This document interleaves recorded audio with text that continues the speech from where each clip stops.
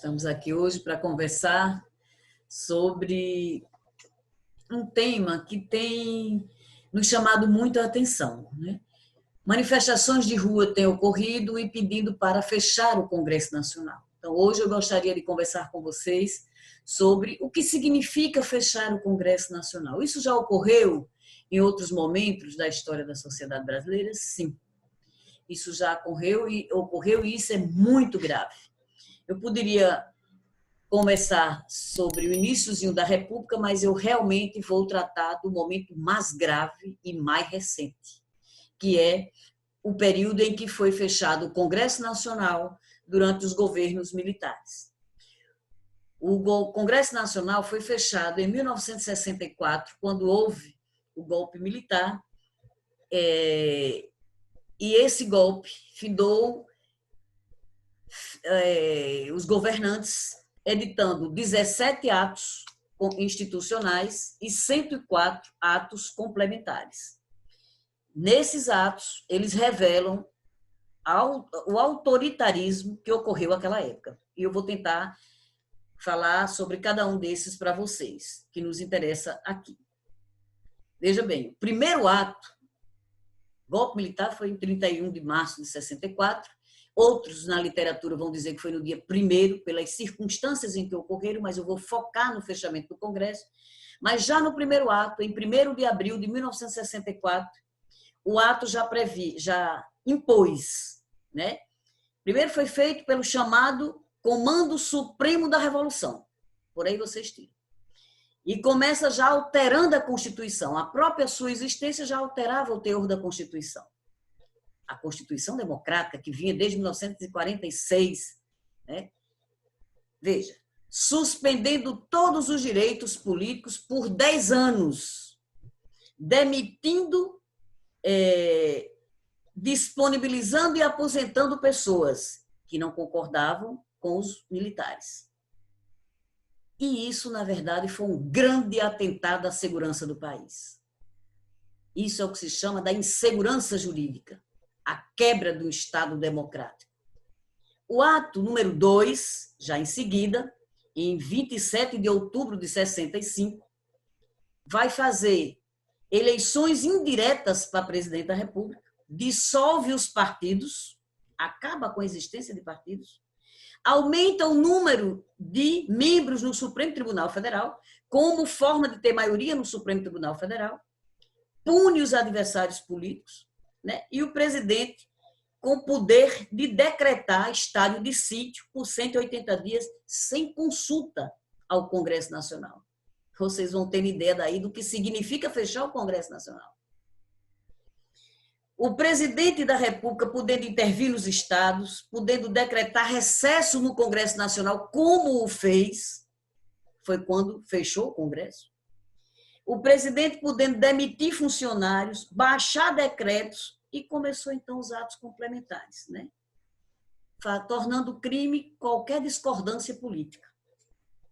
Criando, inclusive, para substituir uma nova lei, né, criando o chamado Partido do Sim e do Sim Senhor, que era Arena e MDB, sendo que esse MDB era controlado também pelos militares, né? Em seguida, o ato institucional número 3, de 5 de fevereiro de 66, trazendo as eleições indiretas para governador e prefeito. Logo em seguida, outro ato, o ato institucional número 7, de dezembro, número 4, de 7 de dezembro de 66, criando a nova carta, que vai ser feita em 67.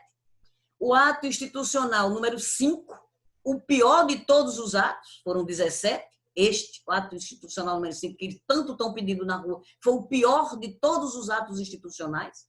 Por quê? Porque ele já vem com previsão de 180 dias, mas durou 10 anos, e 21 anos de ditadura militar, 10 anos do ato, que é criado em 68 e termina em 78, e a ditadura só vai encerrar em 85. Então, vocês não acreditem muito em promessa dessa gente, desse tipo de discurso, que o país já conhece, os historiadores conhecem, dão aula e ensinam isso, por isso querem tanto criminalizar os professores de história, sociologia e das ciências humanas em geral, enfim, por lembrar que tudo isso existe, está lá documentado na sociedade brasileira. Então, continuando, o ato número 5, cassou mandatos, interviu nos estados e municípios, suspendeu direitos políticos, decretou recesso no Congresso Nacional, é quando fecha o Congresso Nacional, e assume as funções legislativas, o presidente da República assume as funções legislativas do Congresso Nacional. Suspendeu o habeas corpus para crime político. Então, por aí você tira, qualquer jurista sabe, da gravidade que significa suspender o habeas corpus, o direito de ir e vir para crimes políticos. Censurou jornais, livros, chamando todos de subversivos, artistas, intelectuais foram para o exílio. Então, esse ato institucional é isso que estão pedindo na rua, é isso que a sociedade brasileira quer. A sociedade brasileira desconhece o que é o AI-5? Não, a sociedade brasileira conhece.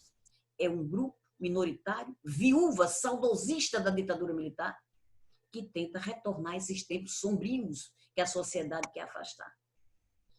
Em seguida, teve o ato institucional número... teve outros atos, né? O 6, o 7, o 8, né? Mas nós vamos ao 9. Nós, antes de pularmos para o 9, eu quero chamar a atenção aqui do ato institucional número 6, que é um outro vídeo que eu vou tratar, porque ele altera o número de membros no colégio, no Supremo Tribunal Federal como forma de ter maioria. Ele isola 5 membros do Supremo, né? Mas essa história eu vou contar no outro vídeo. Então, em seguida tem o ato institucional número 9, né, de 25 de abril de 69, cassando 219 professores, pesquisadores universitários, demitindo e aposentando, cassando 15 deputados, inclusive da Arena, ligada a eles, e do MDB, controlado por eles, e torna inconstitucional, né, atos, esses deputados consideravam inconstitucional os atos e, por isso, foram cassados. Então, suspende direitos políticos de jornalistas, a exemplo de Antônio Calado, fecha emissoras de rádio pelo Departamento de Telecomunicação, NAC. Em seguida, nós vemos o ato institucional número 10, de 16 de maio de 69, transformando as cassações e perdas de direitos políticos em perda de cargos. Então, não só perdeu o mandato, mas perde cargo. 500 pessoas, né, membros do Congresso Nacional, das Assembleias Legislativas, câmaras, jornalistas, militares, diplomatas, médicos, advogados e professores, todos atingidos por esse ato. O ato institucional número 11, de 14 de agosto de 1969, mudando o calendário eleitoral e preenchendo as vagas existentes, extinguindo a Justiça de Paz, deixando os existentes, mas já extinguindo a Justiça de Paz, e o ato institucional número 12, de 26 de agosto de 1969, quando o presidente da República fica doente, né? Cria-se uma junta militar e não se coloca o vice-presidente da República. Então, é golpe em cima de golpe, é golpe dentro de golpe, entre eles mesmos. Essa é uma prática da ditadura. O ato institucional número 13, quando faz o banimento de pessoas, entre aspas, perigosas, né, porque havia ocorrido, em 1969, o sequestro do embaixador americano, e jovens sequestraram o embaixador americano e trocaram por lideranças políticas presas. Obviamente que essa não é a forma... Hoje, passado o tempo, analisando, alguém pode dizer essa não é a forma mais correta, como o mais correto não foi desde 1964 um golpe. Então, quando tudo está em clima de autoritarismo, as formas de manifestações perdem o controle da sociedade. Por isso que ninguém defende o autoritarismo, defende a democracia. Devemos conquistar e debater, conquistar pelo debate, pelo argumento, pelos direitos constitucionais. Sobretudo num país como o nosso, que tem uma Constituição que nos dá garantias e direitos individuais que todos passamos séculos para conquistar. Um século para conquistar. Bom, nesse sentido,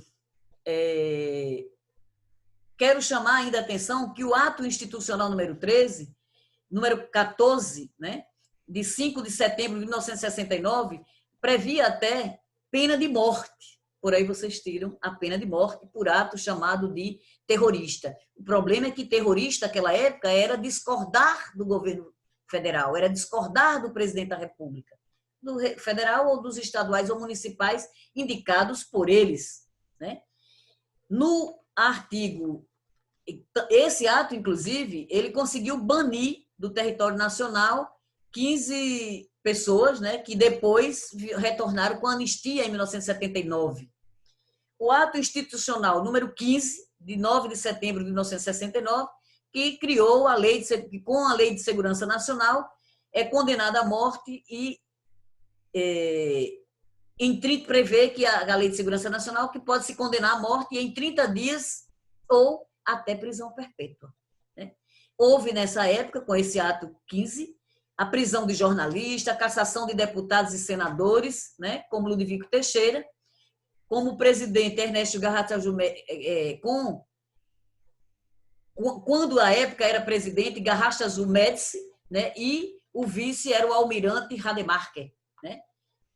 O ato institucional número 16, de 14 de outubro de 1969, que torna, quando ocorre a vaga do presidente, né, e vice, aí se prorroga o mandato da Câmara do Senado, fazendo sempre uma manipulação, usando as legislações, criando manipulações para se perpetuar e manter o poder.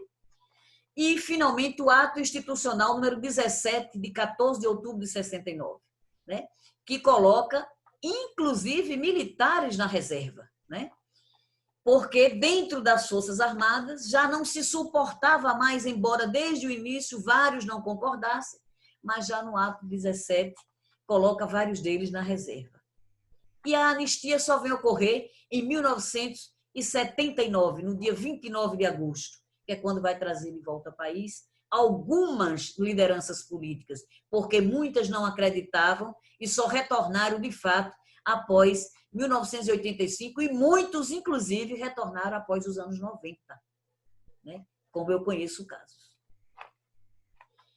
E, por fim, nós gostaríamos de se aproximar aqui da conclusão, chamando a atenção de que, com a redemocratização, de 79 a 85, sobretudo a partir dos anos 80, de 1980 até 1985, nós vamos observar a participação política de 5 partidos. Se permite legalizar mais 3 partidos, né? E por isso que a gente diz que a redemocratização, de fato, só ocorreu a partir de 1985, quando vários partidos, né, como os partidos comunistas, que foram duramente perseguidos, são legalizados, é convocado o processo constituinte e, de fato, o manto da Constituição de 88 é que nos dá a garantia que hoje temos e que não podemos perdê-la. Nesse sentido, a legalização dos partidos, né, e o processo de redemocratização construído com a ampla participação do povo na campanha das diretas mostra claramente que houve um processo inverso do fechamento do Congresso em 1968, passa a ter o processo inverso, passa a ter uma implosão do colégio eleitoral, a campanha das diretas, a grande campanha das diretas já, onde as praças tomaram conta, as juventude, as ruas, os trabalhadores, operários, os trabalhadores no campo e na cidade, lutando por liberdades, não suportava mais não eleger sua liderança máxima para o poder executivo, e aí conquistamos, com a campanha das diretas, a implosão do colégio eleitoral, passando a ter um processo inverso e construindo, em 1988, essa Constituição que garante ao Congresso Nacional, já no primeiro artigo da Constituição, né, chamando a atenção que a República Federativa do Brasil é construída pelo povo brasileiro, mas também no artigo 2, no segundo artigo, já chamando a atenção para os poderes constituídos, né? O poder, o legislativo, o judiciário e o executivo, não mais se submetendo um poder ao outro, para garantir os contrapesos entre essas crises. Portanto, eu encerro aqui dizendo que nós, brasileiros, não podemos deixar de defender a Constituição de 1988. pela liberdade e pela democracia.